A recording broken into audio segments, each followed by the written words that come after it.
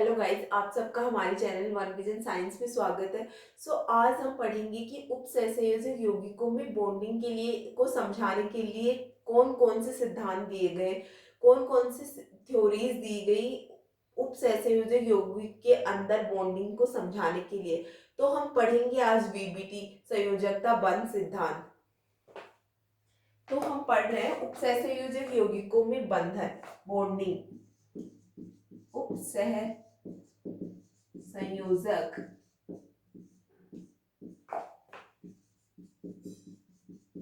यौगिकों में बंधन, बंधन मतलब बॉन्डिंग।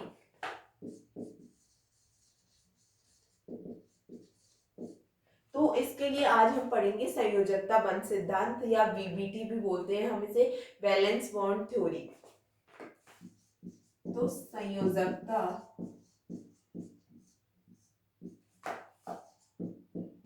बंध सिद्धांत वीबीटी। तो ये सिद्धांत वीबीटी जो सिद्धांत है संयोजकता बंध सिद्धांत, वो पोलिंग ने दिया और इसके लिए पोलिंग ने कुछ इंपॉर्टेंट बिंदु बताए, कुछ इंपॉर्टेंट शॉर्ट में बताया कि ये सिद्धांत बताता किस चीज को है। तो ये सिद्धांत पोलिंग ने दिया था और पोलिंग ने बताया कि जो केंद्रीय धातु आयन होती है उसके पास निर्धारित संख्या में ऐसे रिक्त एस पी डी परमाणु कक्षक होते हैं जो या तो लिगेंड्स की संख्या के बराबर होते हैं या उनसे ज्यादा हो सकते हैं, है ना। तो पोलिंग ने बताया कि केंद्रीय धातु के पास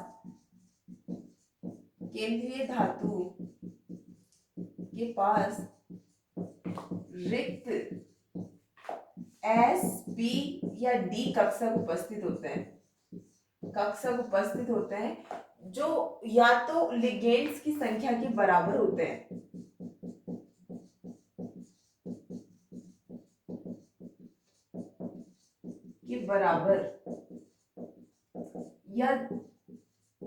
या ज्यादा भी हो सकते हैं, जैसे एक या दो ज्यादा भी हो सकते हैं। तो केंद्रीय धातु आयन को हम सेंट्रल मेटल आयन भी बोलते हैं। तो उसके पास इतने रिक्त कक्षक होते हैं, एसपीडी परमाणु रिक्त कक्षक होते हैं जो लिगेंड्स की संख्या के बराबर होते हैं।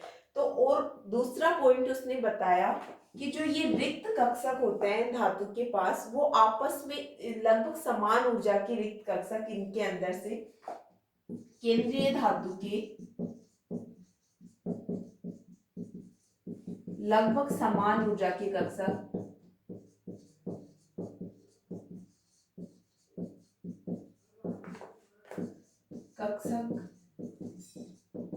संकरित कक्षक बना लेते हैं, मिश्रित होकर संकरित कक्षक बना लेते हैं।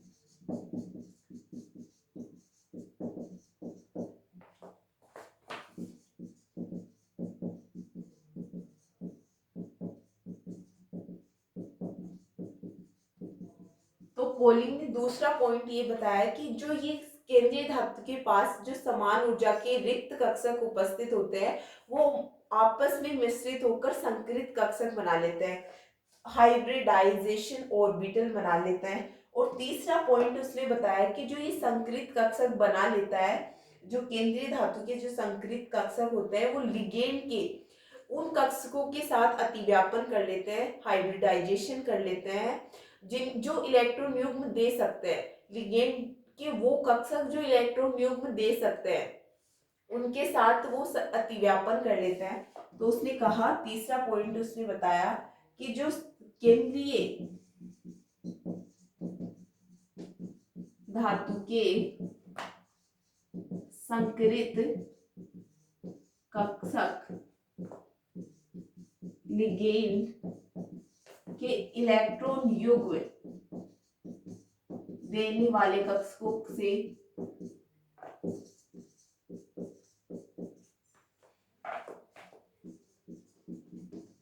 अतिव्यापन कर लेते हैं। अतिव्यापन मतलब हाइब्रिडाइजेशन कर लेते हैं। तो जो अतिव्यापन करने से एक बंध बनता है, एक बॉन्ड बनता है जिसे हम उपसहसंयोजक बॉन्ड कहते हैं, क्योंकि वो बॉन्ड दिशात्मक होता है। क्योंकि जो कक्षक देता है, मतलब अगर लिगेंड दे रहा है तो उसकी तरफ एरो के पीछे वाला साइन आएगा, और जो एरो का हेड आएगा वो मेटल की तरफ होगा। तो ये कक्षक दिशात्मक होते हैं क्योंकि इसकी दिशा ना धातु की तरफ होती है। तो ये दिशात्मक बंध बना लेते हैं अतिव्यापन से, जिससे हम बोलते हैं उपसहसंयोजक बॉन्ड। तो ये पोलिंग ने बताया, और पोलिंग ने बताया कि अगर ये कक्षक, अगर संकलित कक्षक में लिगेंड का N-1D कक्षक अंदर का कक्षक केंद्रीय धातु का संकरण में, पोलिंग ने ये बताया कि जब संकरण में केंद्रीय धातु का अंदर वाला कक्षक अगर यूज आता है, उपयोग में आ रहा है, तो ये जो, अगर ये उपयोग में आ रहा है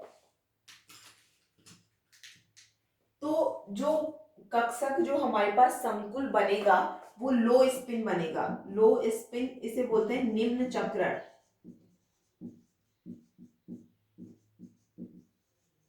अगर अंदर के कक्षक यूज में आ रहे हैं, धातु के अंदर वाले कक्षक अगर उपयोग में आ रहे हैं, तो हमारे पास जो संकुल बनेगा वो निम्न चक्रण बनेगा। और अगर धातु के बाहर के डी कक्षक उपयोग में आ रहे हैं, तो जो संकुल बनेगा वो उच्च चक्रण संकुल बनेगा। N-D मतलब बाहर के कक्षक, N-1D मतलब अंदर के कक्षक। अगर केंद्रीय धातु के अंदर के डी कक्षक हम संकरण में या बॉन्ड में भाग ले रहे हैं, तो जो संकुल बनेगा वो निम्न कक्षक संकुल बनेगा। और जो अगर बाहर के कक्षक भाग ले रहे हैं तो संकुल बनेगा उच्च चक्रण संकुल बनेगा।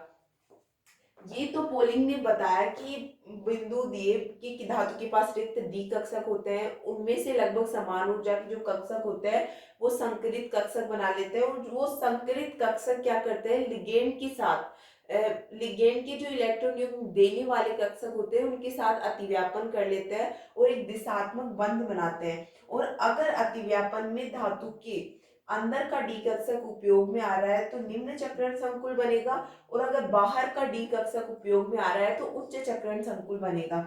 और एक चीज बताई पोलिंग ने कि धातु के अंदर अगर संकरण तो हो ही रहा है, तो संकरित कक्षक जो बनेंगे अतिव्यापन से, तो उन कक्षकों की, मतलब जो पूरा संकुल बनेगा उसकी ज्यामिति क्या होगी, उसकी स्ट्रक्चर क्या होगी, उसने स्ट्रक्चर के बारे में बताया। जैसे हमारे पास sp3 संकरण है, अगर यौगिक का या संकुल का sp3 संकरण है, तो चतुष्फलकीय ज्यामिति बनेगी।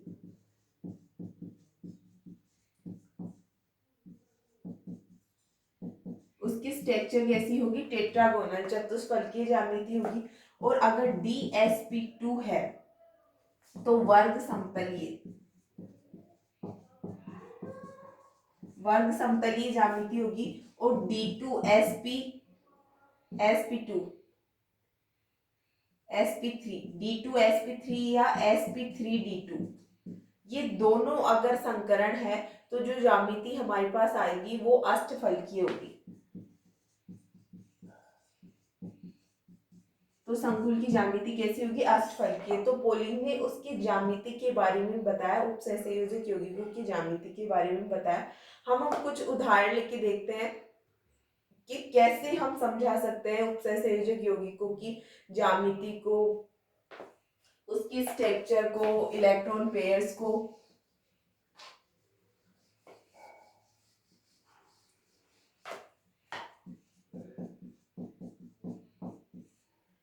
तो पहले तो हम ये देख लेते हैं कि बताया, पहले हम उदाहरण देखते हैं।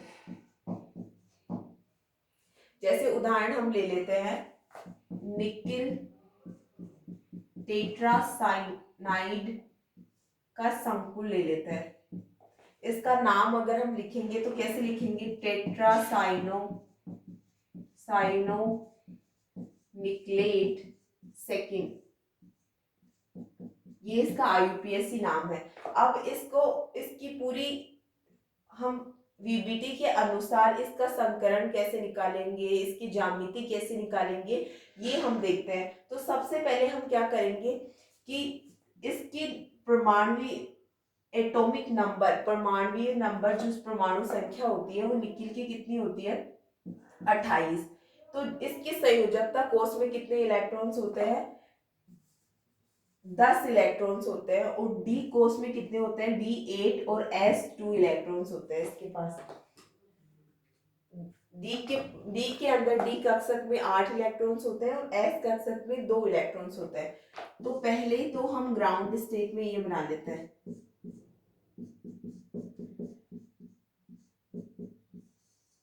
ये 2 2 4 2 6 7 8 कक्षक हो गए, डी 8, 3D 4S और 4P कक्षक इसके बाहरी संयोजकता कोष में होते हैं। और इसके पास S में कितने इलेक्ट्रॉन्स है, 2, और P खाली है, ऐसे की ऐसे।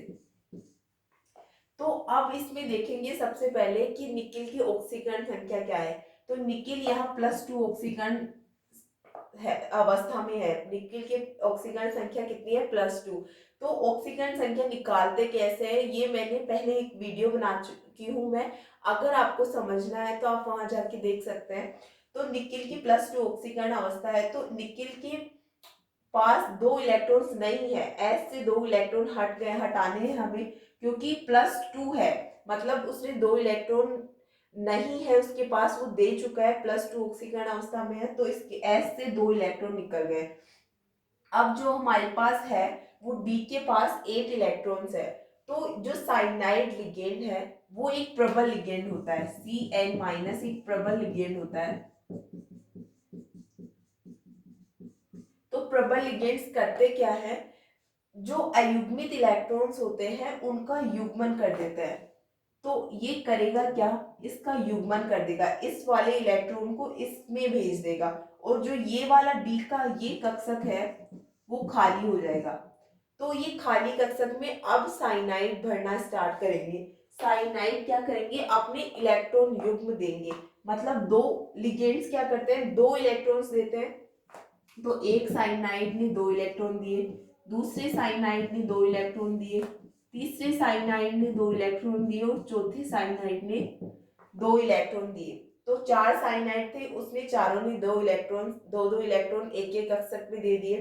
तो डी का कौन सा यूज आया हमारे पास, डी का ये एक कक्षक, तो एक डी यूज आया, एक एस यूज आया, और 2 पी यूज आए।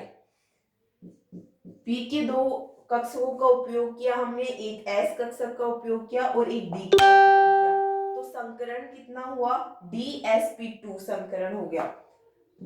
तो ऐसे संकरण निकालते हैं हम, हाइब्रिडाइजेशन निकालते हैं किसी भी उपचय संयोजक यौगिक का।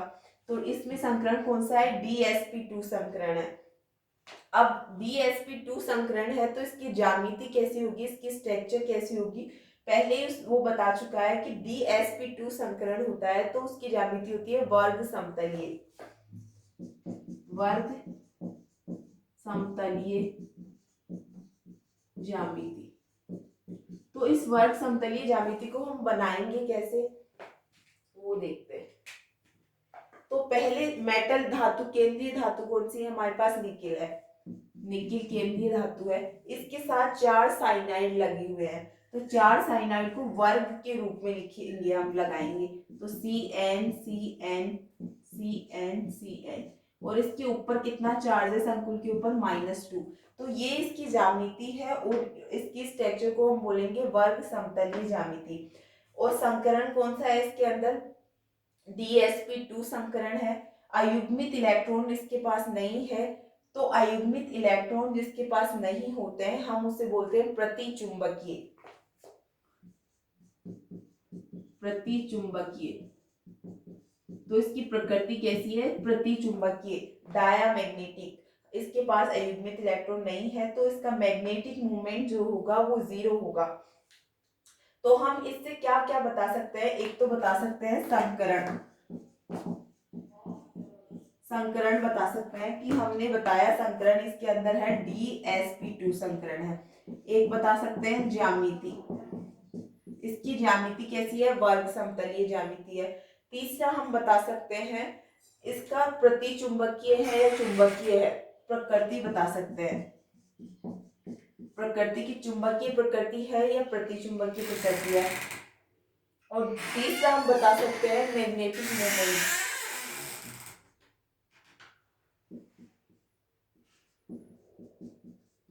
मैग्नेटिक मोमेंट बता सकते हैं, मतलब चुंबकीय गुण।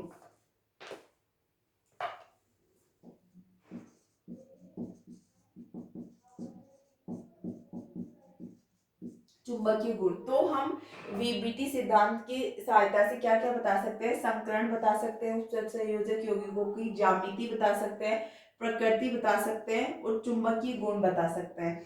अगर इसी संकुल में अगर साइनाइड की जगह क्लोरीन होता, Cl4 होता, तो क्या करते हैं हम, इसका युग्मन नहीं करते। मतलब साइनाइड एक प्रबल लिगेंड है और क्लोरीन क्या है, एक दुर्बल लिगेंड है, दुर्बल लिगेंड। तो क्लोरीन इसका युग्मन नहीं करता और होता क्या हमारे पास,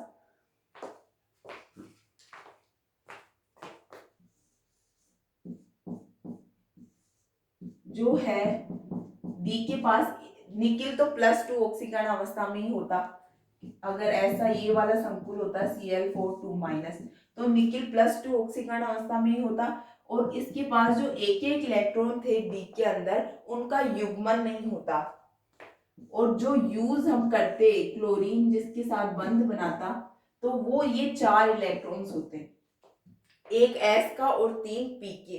क्योंकि 4 क्लोरीन है तो 4 के साथ बनाता, तो एक एस का यूज करता और 3 पी के। और हमारे पास संकरण कौन सा होता, sp3 संकरण होता। अगर निकिल टेट्राक्लोराइड होता संकुल हमारे पास, क्योंकि क्लोरीन एक दुर्बल लिगेंड है, इसके कारण वो युग्मन नहीं कर पाता और हमारे पास संकरण होता sp3। और संकरण अगर sp3 होता तो ज्यामिति चतुष्फलकीय होती। तो ज्यामिति कैसी होती, चतुष्फलकीय। ज्यामिति चतुष्फलकीय होती और 2 अयुग्मित इलेक्ट्रॉन है, इसकी वजह से इसकी प्रकृति कैसी होती, अनुचुंबकीय। अयुग्मित इलेक्ट्रॉनों के कारण अनुचुंबकीय होता है। और हम इसका मैग्नेटिक मोमेंट, चुंबकीय आघूर्ण निकाल सकते थे। क्योंकि 2 अयुग्मित इलेक्ट्रॉन्स होते हैं तो हम कैसे निकालते हैं मैग्नेटिक मोमेंट, चुंबकीय आघूर्ण को म्यू बोलते हैं। और n+2 √n+2 निकालते हैं। n क्या होता है, अयुग्मित इलेक्ट्रॉन।